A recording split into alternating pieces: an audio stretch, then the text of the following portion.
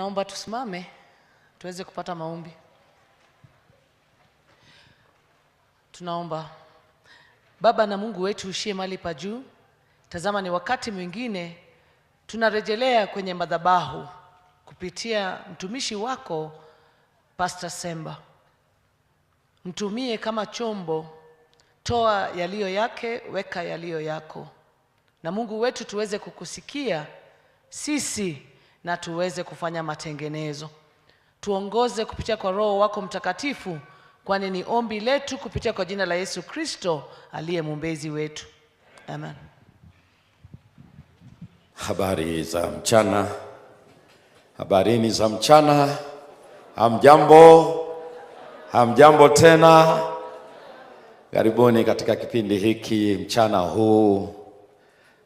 Tunapoendelea na Revival and Reformation, ambako kwa dhati kabisa tulianza kuona vile ambavyo Biblia inazungumzia revival, ambako Mungu anarudisha hali yetu ya kwanza, ambako tuliona huisha, rudisha uhai, fufua, rudisha sehemu yake ya kwanza, na hiyo sio nyingine, ni kurudishwa kwa Mungu. Lakini tukaendelea kuangalia namna ambavyo revival katika Biblia, ili uweze kufahamu nini kinafanyika pale, zunguka kwenye madhabahu. Tukaona madhabahu kwa mambo makubwa matatu ya kafara, la pili ni ibada, la tatu ni kukutana na Mungu. Na baada ya kuona hivyo, tukaingia swala zima katika uamsho, nini hasa kinafanyika vile. Kwa hiyo tulikuwa tunapitia kuona unajuaje kwamba hii ni hatua ambayo Mungu kwayo anaitumia kurejesha watu. Na kumbuka analeta uamsho wa akili kabisa, mawazo, kwa maana ili mwanadamu afanye maamuzi, lakini kila anachozungumza kinakubaliana na anachotenda. Na kwa lugha nyingine anaturudisha kwa neno lake. Asubuhi wale tuliokuepo tuliangalia neno kubwa ambalo mtu anapomwelekea Mungu katika ibada ni kukubaliwa na yeye. Na tulisoma ile Walawi sura ya kwanza hadi ya 10.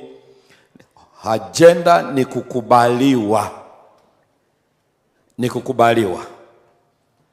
Sio sisi, ila Mungu ndiye anayetoa kibali.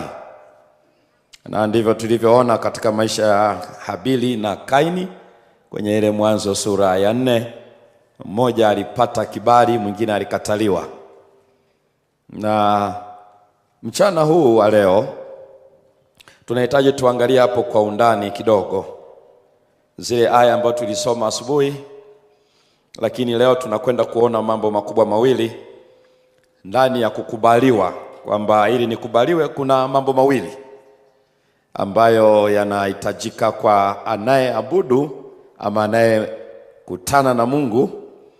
Anapaswa kuyaweka akilini mwake ama moyoni mwake.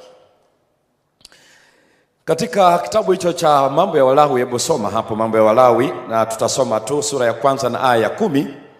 Hebu soma hapo mambo mawili ili ndiposa uweze kukubaliwa yanayozungumzwa hapo. Hebu soma tu aya ya 10 peke yake.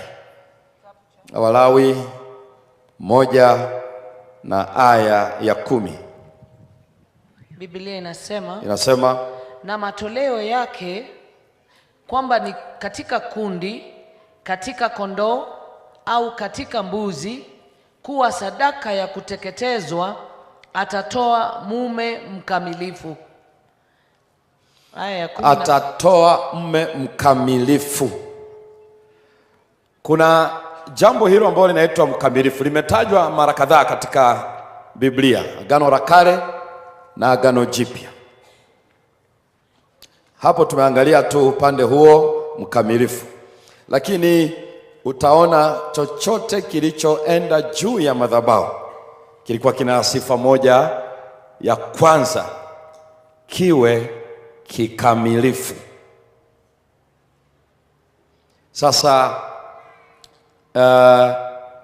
neno ambalo limetafsiriwa kamilifu, Waebrania wanaita tamim, na linatokana neno ambalo ni root word yake inaitwa tamam, ambalo ndio Kiswahili wanasema kamilifu.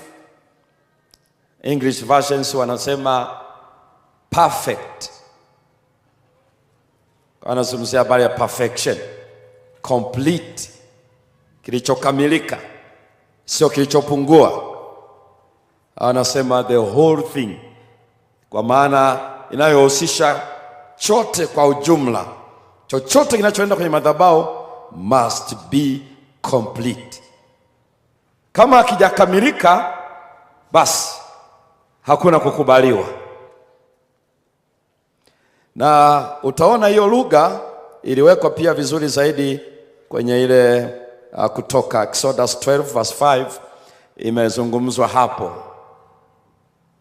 Hebu soma hiyo Kutoka 12 aya ya 5. The first Passover iliyofanyika. Bahati nzuri tunaendelea kujifunza Bible study katika robo hii. Hebu nenda hiyo aya ya 5 kwenye Kutoka sura ya 12. Kutoka 12 aya ya 5. Mwana kondoo wenu atakuwa hana ila. Hana ila. Hapo Kiswahili wametafsiri hana ila ama without blemish, anataja au spot yoyote. Hapo ametaja hana ila. Na ni neno hilo hilo tamim. Kwa hiyo mwana kondoo huyo lazima awe complete, perfect. Hiyo ndio anataja vile. Lakini anazungumza kitu kingine pale. Anaeleza hawe hivyo. Lakini kingine, maliza hiyo aya. Hebu soma tena hiyo aya ya 5. Mwana kondoo wenu ndio atakuwa hana ila. Hana ila. Mume wa mwaka moja. Mwaka mmoja. Mtamtoa katika kondoo. Naam, komea tu hapo. Anazungumzia wa mwaka mmoja. Kwa nini wa mwaka mmoja? Na utaona kama ni ng'ombe, utaona kama ni kondoo, utaona kama ni mbuzi. Kwenye Leviticus utaiona kwa wingi, Deuteronomy. Kwa nini wanasema mwaka mmoja? Kwanza anazungumzia lazima awe mkamilifu, hana ila, hana waa, hakuna kilichopungua, awe mkamilifu. Lakini ya pili anataja age yake, umri wake, mwaka mmoja. Kwa nini? Mnyama wa mwaka mmoja anazungumzia value, kwa sababu mnyama wa mwaka mmoja katika bei ya soko ndio ana ile value yake ya hali ya juu. Kama sio kumuuza, basi ndipo anaweza kuproduce kwa mfugaji 1 year. Kwa hiyo Mungu anazungumzia complete, perfect, lakini of high value. Na wakati anazungumza haya, ndio unaiona ile lugha ya Waebrania sura ile ya 11 na ile aya ya 4 inasema, kwa imani Habili alimtolea Mungu dhabihu iliyo bora. Ndio unaiona wanaandika vile kwamba ilikuwa ni bora, lakini alitoa kwa imani. Kwa nini kwa imani? Imani chanzo chake ni kusikia, na kusikia huja kwa neno la Kristo. Hiyo ni Romans 10:17. Comes by the word. You hear from the word of God. Now you can talk about faith.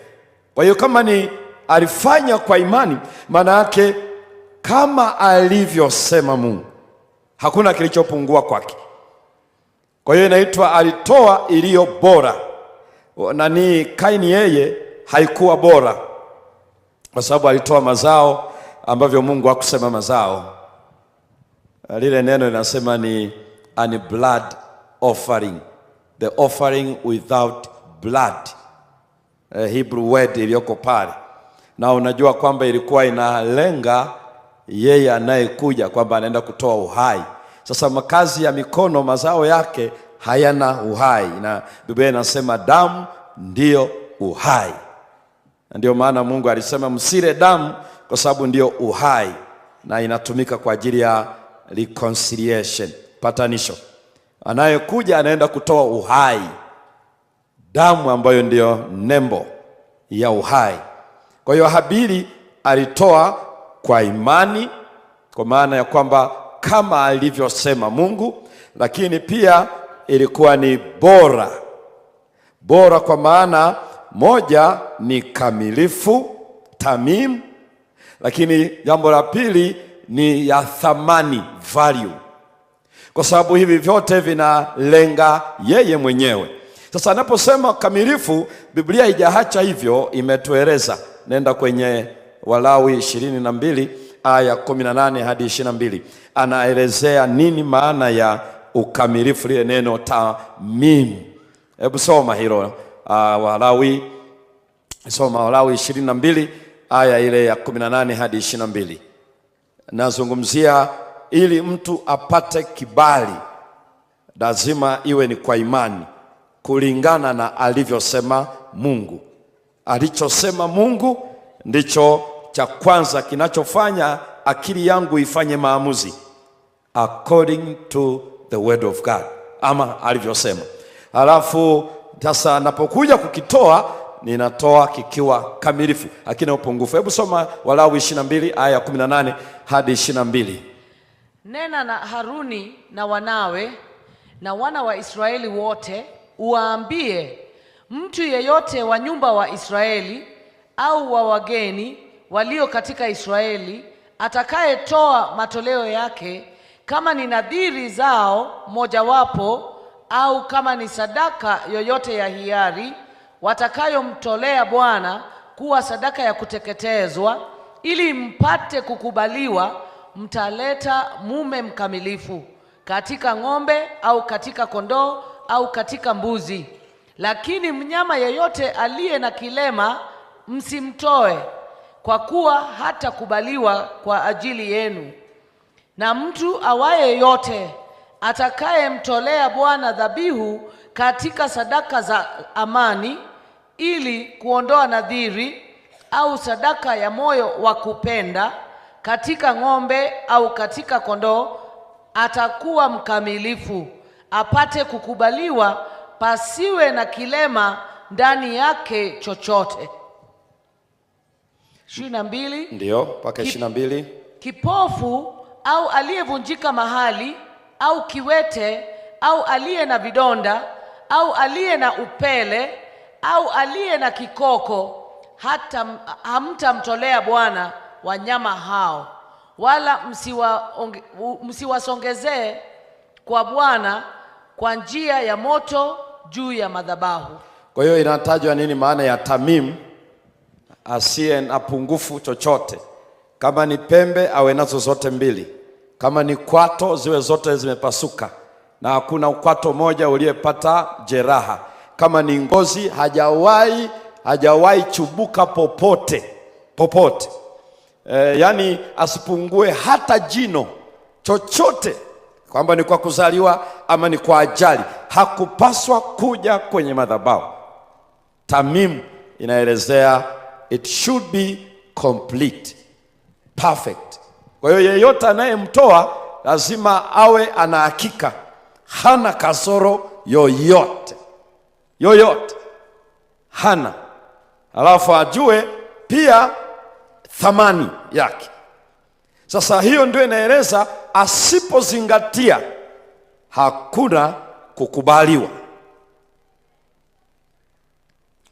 Hilo ni jambo la kwanza mchana wa leo, ambalo linazungumzia ukamilifu, linazungumzia ubora, quality, value.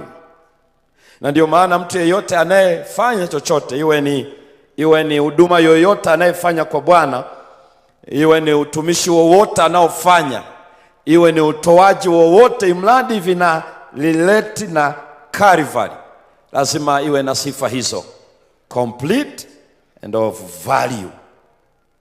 If it's about time, it should be of value. If it is about talent or whatever, it should be of high value. Yani chochote kikipungua, imradi kinahusiana na Mungu, kikikosa sifa hizo mbili, hakuna acceptance. Taeleza ni kwa nini iko hivyo. Kwa hivyo hii ndiyo ambayo imekuwa tangu mwanzo katika Agano la Kale, na ndivyo ilivyozungumza katika Agano Jipya. Na nilieleza kwamba Mungu habadiliki, hajawahi badilika, ndivyo hivyo alivyo. Na kama alimkataa Kaini, atakataa yeyote anayeweza kuishi maisha kama ya Kaini, atakataa. Akimkubali Habili ni kwa sababu amefanya kwa imani na amefanya hivyo alivyoelekeza ili apate kibali. Jambo la pili, Leviticus 3 verses 11 16. Hebu soma 3 katika Mambo ya Walawi 3 aya ya 11 na aya ya 16. Hebu soma pale. Naye kuhani atakayeteketeza kwa moto juu ya madhabahu ni chakula cha dhabihu ya kusongezwa kwa Bwana kwa njia ya moto. Kwa njia ya moto. 16. Naye kuhani atakayeteketeza kwa moto juu ya madhabahu, ndio, ni chakula cha dhabihu ya kusongezwa kwa njia ya moto, ndio, iwe harufu ya kupendeza, mafuta yote ni ya Bwana. Nenda 21 Leviticus alafu na verse 21. Ni chakula. Nataka uone hiyo lugha. Tutasoma hizo aya chache tu hapo, 21 na 21 aya. Haruni kuhani aliye na kilema, kuhani aliye na kilema asikaribie kusongeza sadaka za Bwana kwa njia ya moto. Ana kilema, huyo asikaribie kusongeza chakula cha Mungu wake.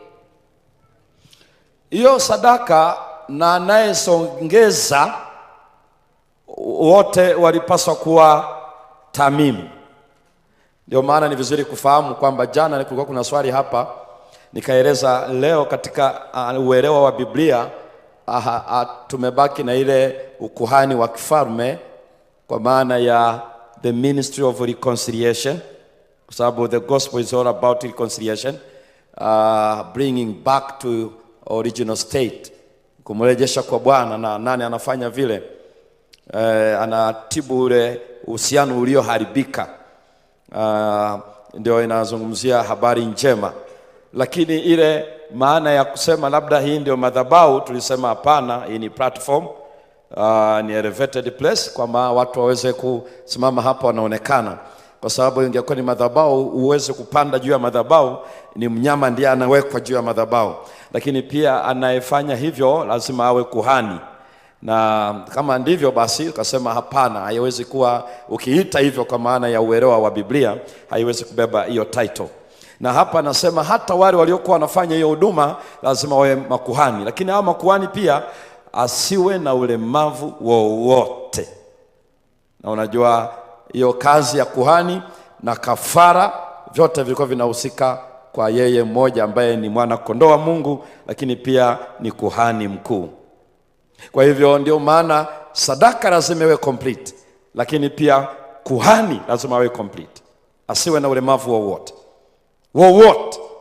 Kwa hiyo alikuwa awe na hizo sifa complete kabisa, viungo vyake vyote vinafanya kazi na hakuna kilichozidi. Hata kidole asiwe na vidole 6 badala ya 5. Asiwe amekata sikio, hapana. Asiwe, yani complete kama alivyo kafara, ndivyo na kuhani.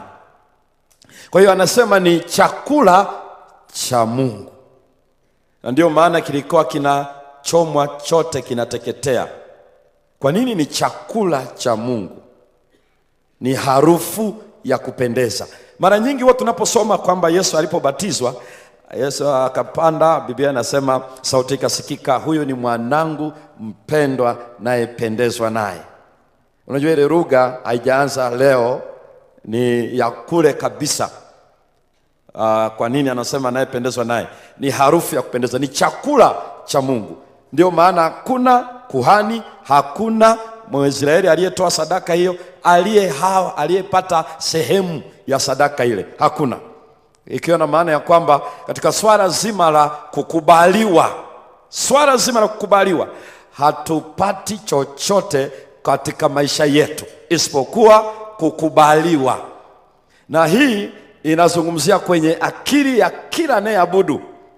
Kila anayeabudu lazima afahamu tunapokwenda katika ibada, tunachokwenda kufaidika nacho ni kukubaliwa.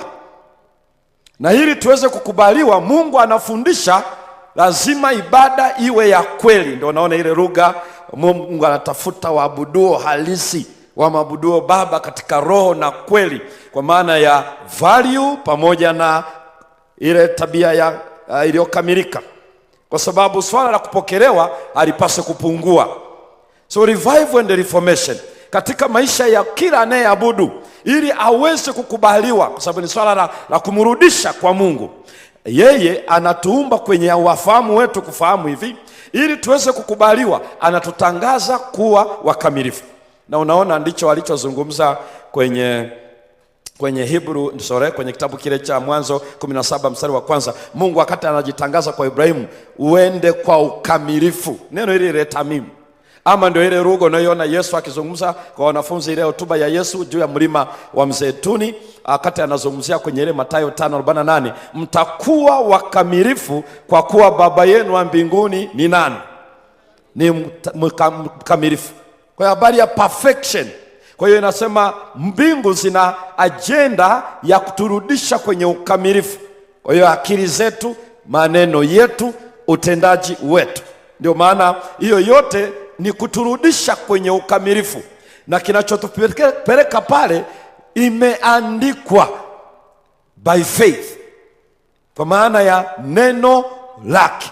Kwa hiyo neno lake ndio linatufanya tuingie kwenye revival. Unajua neno ndio linalo to revive. Na Biblia inaeleza kwa nini linatu revive, kwa sababu lijepesi, lina ukali kupita ukali wa upanga wenye makali mawili. Hiyo ni Hebrews 4:12. The word of God is living and is sharp. Yani lenyewe linachoma mpaka ndani. Na anaeleza Petro kwenye waraka wa kwanza wa Petro sura ya kwanza aya 23, anasema tunafanywa upya, tunazaliwa upya mara ya pili kwa neno. So the word has power to revive us. Kwa sababu habari ya creation and recreation ni creation, Mungu alituumba, lakini recreation unazungumzia habari ya redemption. Redemption means we are to be recreated. Kwa sababu creation alituumba katika sura na mfano wake. Kwa tunapozungumzia habari za revival, maana yake ile tulipokuwa tumeumbwa, Biblia inasema tumetenda dhambi sote tukapungukiwa na utukufu wa Mungu, short of his glory, ambayo inazungumzia character. Hiyo tabia yake hiyo ndio revival inaturudisha. Lakini anailetaje? By the word. Kwa sababu neno linatuumba mara ya pili. Kwenye ile Ephesians 5:17 inaelezea neno ni upanga ambao Roho Mtakatifu ameshika. Kwa hiyo ni upanga, halafu Roho Mtakatifu ndio ameshika hilo neno. Na unaona ndio Yesu anasema watakase kwa ile kweli, neno lako ndio kweli. John 17:17. Ambayo kwa hakika ukienda ndio inaelezea neno hilo linatutakasa. Lakini hilo neno ndio anaeleza Psalms 119, inaelezea ile verse 9, jinsi gani kijana isafishe njia yake. Akasema ni kwa kufanyaje? Ni kwa kutii, akilifuata neno lake. Verse 11 anasema moyoni mwangu nimeliweka neno lako, nisikutende kitu gani? Dhambi. 105 verse Zaburi 119 inasema neno lako ni taa ya nini? Na halafu ni mwanga wa nini? So by the word we are recreated, we are revived, we are brought back to our original state by his word. Ndio maana anazungumzia hapo kwa imani Habili, na imani chanzo chake ni kusikia, na kusikia huja kwa neno la Kristo. Kwa hiyo analeta wazo la completion, wazo la perfection, kwa sababu Kristo is a perfect Lamb of God, complete, the high value. Wale tuliosoma kwenye ile ambayo inatajwa kwenye basi nitakuwa ni kitabu gani hicho, nafikiri Faith I Live By, ambayo anazungumza kwamba Kristo ilikuwa ni zawadi ya hali ya juu ambayo mbingu inaweza kutoa, that heaven can give us. Yani ndio zawadi kuliko zote ambazo mbingu inaweza ikatoa, na kwa kuwa zimlenga yeye, ndio maana lazima afanane na yeye. Na unajua maana yake ni kwamba anataka tuwe complete, perfect, holy unto himself, to be acceptable of him. Ndio maana nikazungumza habari ile asubuhi ya kwamba God's acceptance, that is the ultimate acceptance that we must seek. Nilizungumza hivyo asubuhi. Ndio tunatafuta tupate hapo.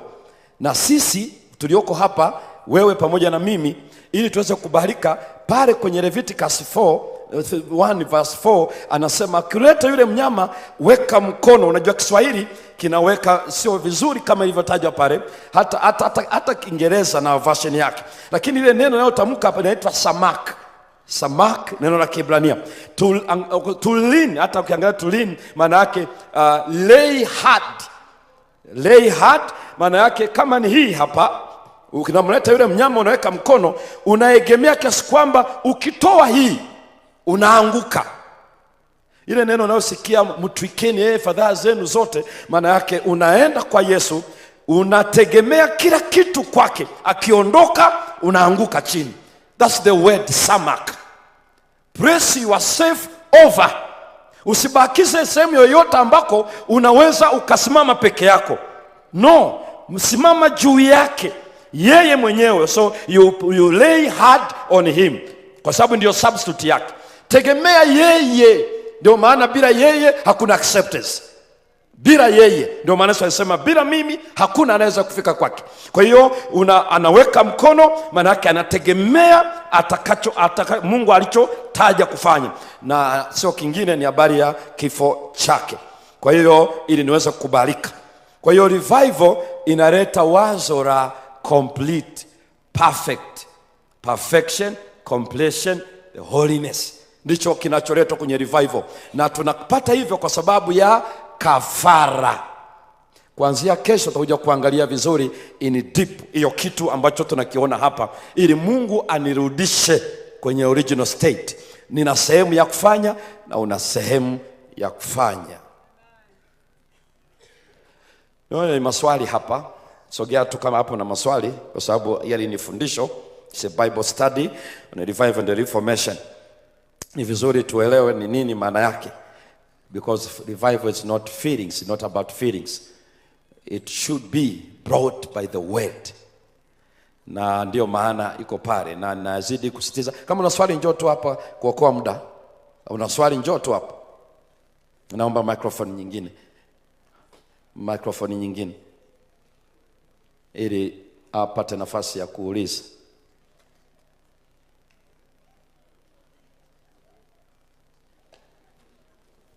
Kama una swali njoo tu hapa, usisubiri mpaka atoke ndipo uje. Njoo tu, kwa sababu naweza nikasema ulizeni wote, alafu ndipo nikarejea majibu katika neno la Mungu. Nina swali kwa somo la jana kuhusu kile kinacholeta mibaraka. Ulisema ya kwamba unapotolea Mungu sacrifice ama offering, hiyo haileti baraka. Swali ni nini basi inaleta baraka? Unazungumzia baraka kama nini? Afya njema, fedha, kwa sababu huwa tunasema when you give you receive. Kwa sababu nakumbuka pia Suleimani alipomtolea Mungu kafara ya ile ng'ombe ambaye ama tuseme mifugo yake, alitoa zaidi ambaye haikuwa imetolewa. Kwa hiyo akaja akapata zaidi. Mungu akashuka akamwambia nikupe nini? Sasa baraka itakuja aje? Wale ambao hawatoi sadaka wanapata na wenyewe hizo baraka.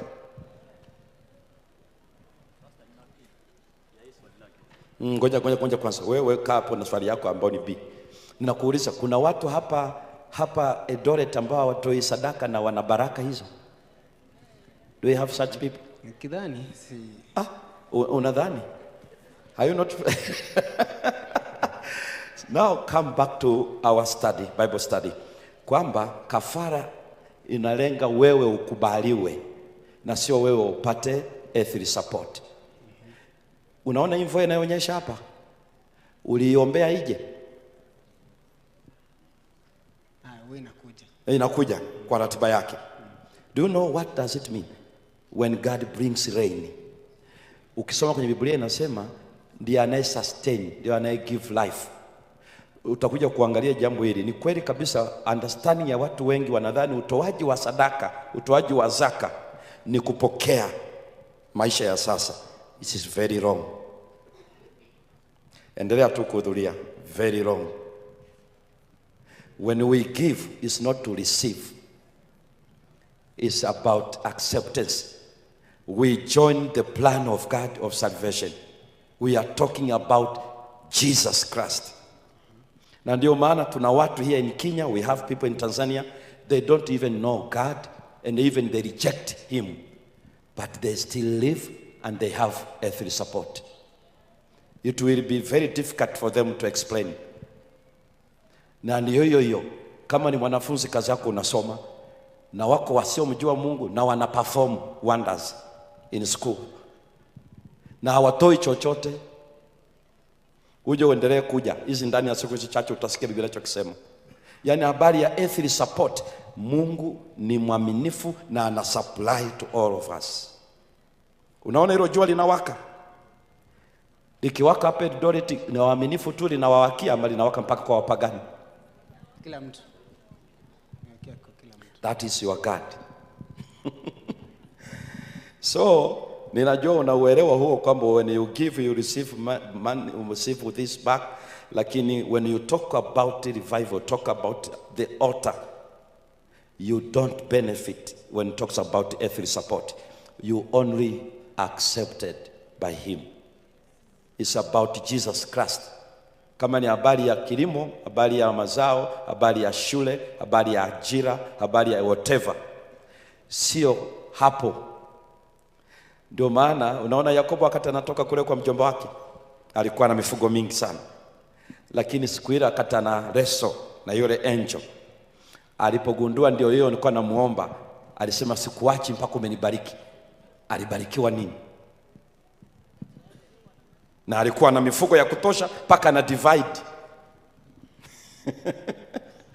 So when you talk about it, that thing you should bear in mind. Lakini pia hata wale wenye kondoo na mbuzi aliwaambia mkono wa kulia, njoeni ninyi mliobarikiwa na nani. Alafu usome walibarikiwa nini. Nilikuwa uchi, nalikuwa na kiu, nalikuwa na njaa, nalikuwa gerezani, nalikuwa hivi. You see, Mungu anapozungumzia hizo blessings hizi za hapa duniani, anasema Bwana anajua mnayahitaji na atasupply. So revival, mtu akiwa mwaminifu ili aje apate maisha, atapata shida kuelezea wale wasio waaminifu wanapataje maisha. And we have people in church ambao pia nao sio waaminifu, lakini bado wana mali hizo. Acha tu wale ambao hata wajui, wale waliomo kwa kanisa wale hawafanyi kwa uaminifu, lakini wanapata. Waendelea kuja. Tutakuja kuona hapo mbele. Naam, unasema unabii. It's like B. Hata hivyo nimekuja kuangalia kwamba nimeshindwa kuelewa maana ya baraka in short ni nini. Ila swali langu ni hivi. Kwenye asubuhi ya leo nimekuja kujifunza kwamba sadaka ina target kubwa ni kwa ajili ya kukubaliwa. Tunachotafuta kikubwa ni kukubaliwa. Sadaka inahusu Kristo mwenyewe. Na issue ya ibada ni agenda ya sisi kukubaliwa na Mungu. Ndio, sasa nimeshindwa kuelewa tena maana ya Malaki 3:10, kwa maana ya kwamba tunapokuwa kwenye kanisa mara nyingi, mahali pote wenzangu watashuhudia, Wakristo wenzangu, tukifanya mikutano kama fundraising na mengineyo, tukifanya huduma ya sadaka, huwa tunafanya kwa kigezo kile ya kwamba utoe ili Bwana atabariki, Bwana kuzidishie, kusiwepo na nafasi ya kutosha. Ukitoa utaongezewa. Kwa maana ya Malaki 3:10. Andiko hilo ina maana gani hapo mchungaji? Ngoja nitangaze kidogo. Yule ambaye, kwa sababu aya inasema, subiri kidogo. Aya inasema ya kwamba muone kwamba sitawafungulia madirisha ya wapi, ya mbinguni, na kuwamwagia nini baraka hata isiwepo nafasi ya kufanyaje, ya kutosha. Mojawapo ya biblical text ambayo understanding yake is diverting ni hiyo text. Sasa hebu nikuulize tu swali. Pale kanisani unakosali, do we have faithful people who returns tithe and offerings faithfully? Do we have some church members like that? I don't know. You don't know? Yeah. Let me now ask you, are you trying to do according to the word of God? Sometimes yes. Sometimes yes. Yeah. Sometimes najitahidi tu. Okay. Ngoja niulize swali kwa jumla. Watu wa Mungu tuyoko hapa, si tuna watu waaminifu ambao ni wanarudisha zaka kwa uaminifu na wanatoa sadaka kwa uaminifu? Tunao, si ndio? Je, Mungu alishakajaza baraka kwao mpaka hakuna nafasi ya kutosha?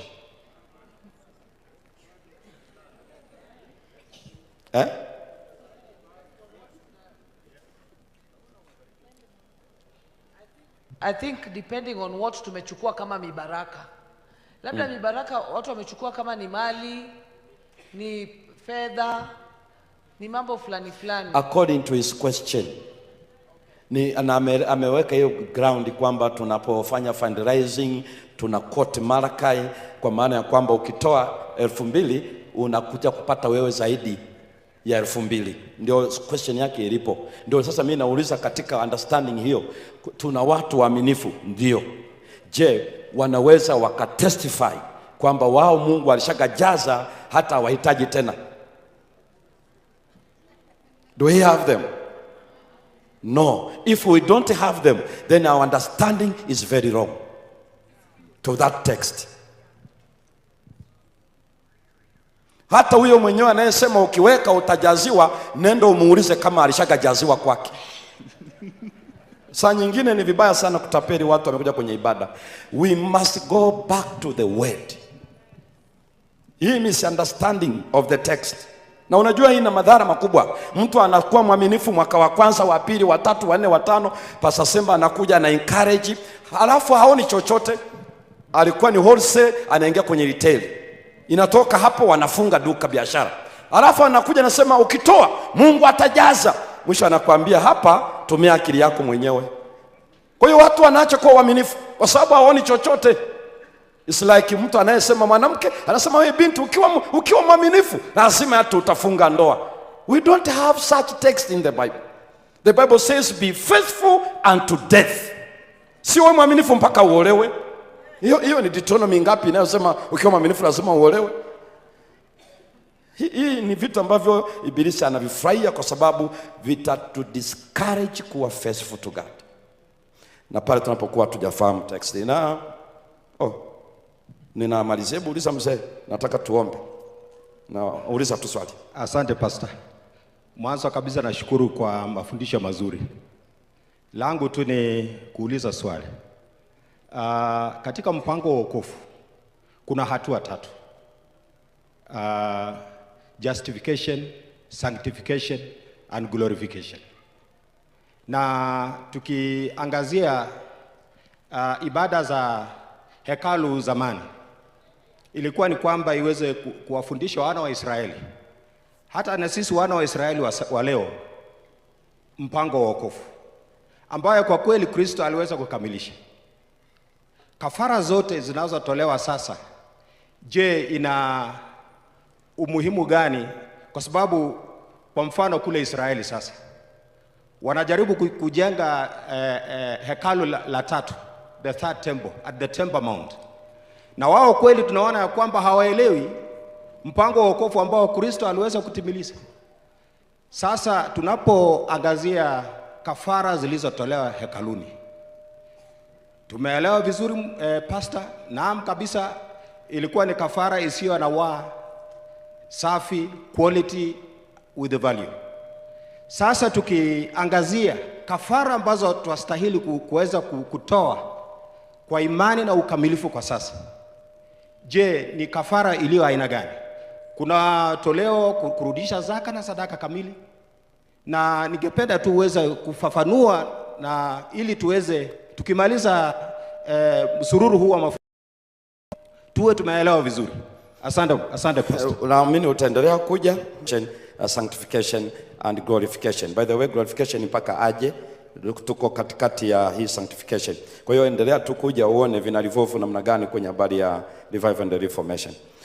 Endelea tu kuja, maana hilo nataka mpaka masomo ninayofuata huko mbele kidogo. Asante sana mtumishi kwa mafundisho mazuri. Ningependa niulize swali. Biblia inasema ya kwamba Mungu alikuwa hahitaji vitu ambao viko na shida ama upungufu. Alikuwa anataka perfect. Kama ni kafara iwe ni perfect. Sisi wenyewe kama wana wake aliweza kutuumba vikamilifu katika miili zetu. Lakini kwa mfano unapata ya kwamba kuna Mkristo ako kanisani na ako na tattoo katika mkono wake. Je, katika ibada zetu hiyo inaweza zuia ukamilifu wetu katika kumwabudu Mwenyezi Mungu? Hiyo ya kuweka alama Biblia imeeleza, kwa sababu hoja kubwa ni acceptance. Je, hiyo nayo inahusishwa na yeye kukubaliwa? Kuna vitu vingi hapo nitakuja kuzungumza hapo baadaye. Tukishafahamu acceptance maana yake ni nini, ndio vitu vingi ambavyo tunavyo leo vinatuletea shida sana, kwa sababu tunahangaika kuwa accepted before people, yani watu watupokee au Mungu atupokee. Inamaanisha nini katika swala hilo? Kwa hivyo tattoo ni kuweka alama. Biblia ilikataa tu kwa zamani, kwa sababu kwa vinakuwa associated na miungu hivyo vitu, na ndio maana hawakuwa wanaambiwa waweke alama zozote kwenye mwili. Kwa hivyo ni vitu ambavyo anayeviweka ni kwa sababu hajui, na Mungu anafahamu huyu hajui, na anayejua atasema heri ninyi mkiatenda. Ni sehemu tu kama mfano ulioutoa, lakini kila mtu huyu anaweka tattoo ana sababu zake. Kwa nini anaweka tattoo? Hana knowledge ya Mungu ama anaweka ili aongeze nini? Ni sawa na mtu anayeweka anaongeza nini akifanya hivyo? Kwa hiyo unakuta mtu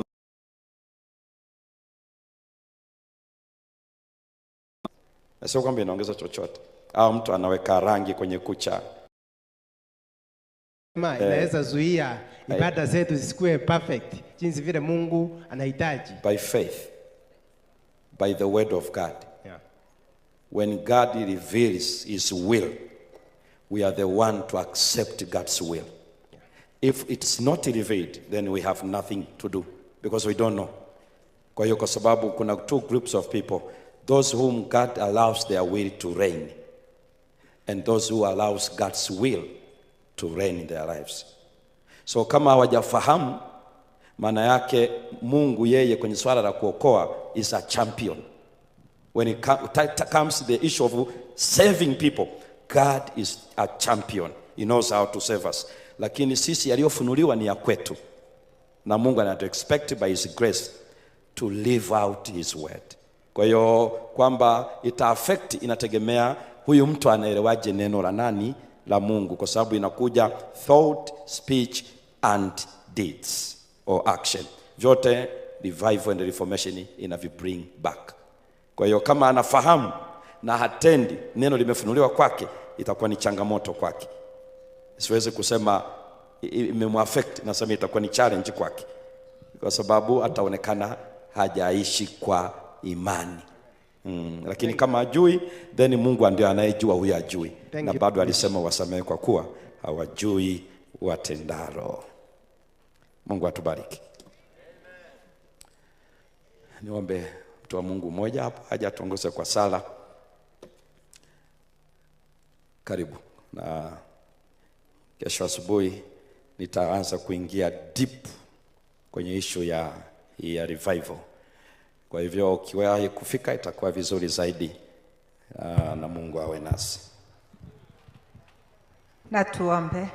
Mungu wetu, tunakushukuru ni kwa sababu ya neno lako. Mungu wetu, hakika kila wakati tunapojifunza miguuni pako, neno lako linazidi kuonekana lipya na ni tamu katika maisha yetu. Asante ni kwa sababu la fundisho hili la kipekee. Mungu wetu, tupe uwezo wa kuweza kulielewa vizuri, ndiposa tuweze kufanya maamuzi mazuri katika maisha yetu. Na zaidi tuweze kuelewa ni jinsi gani tunastahili kutoa kafara mbele zako, ili tuweze kuwa waaminifu hadi kufa. Endelea kutufundisha na kutuinua kwa kila njia. Tumishi wako mbariki na kumjaza anapoendelea kuhudumu katika shamba lako. Kuwa nasi kuanzia sasa na hata milele. Katika jina la Yesu tumeomba na hata kuamini. Amen. Amen. Asante. Amen.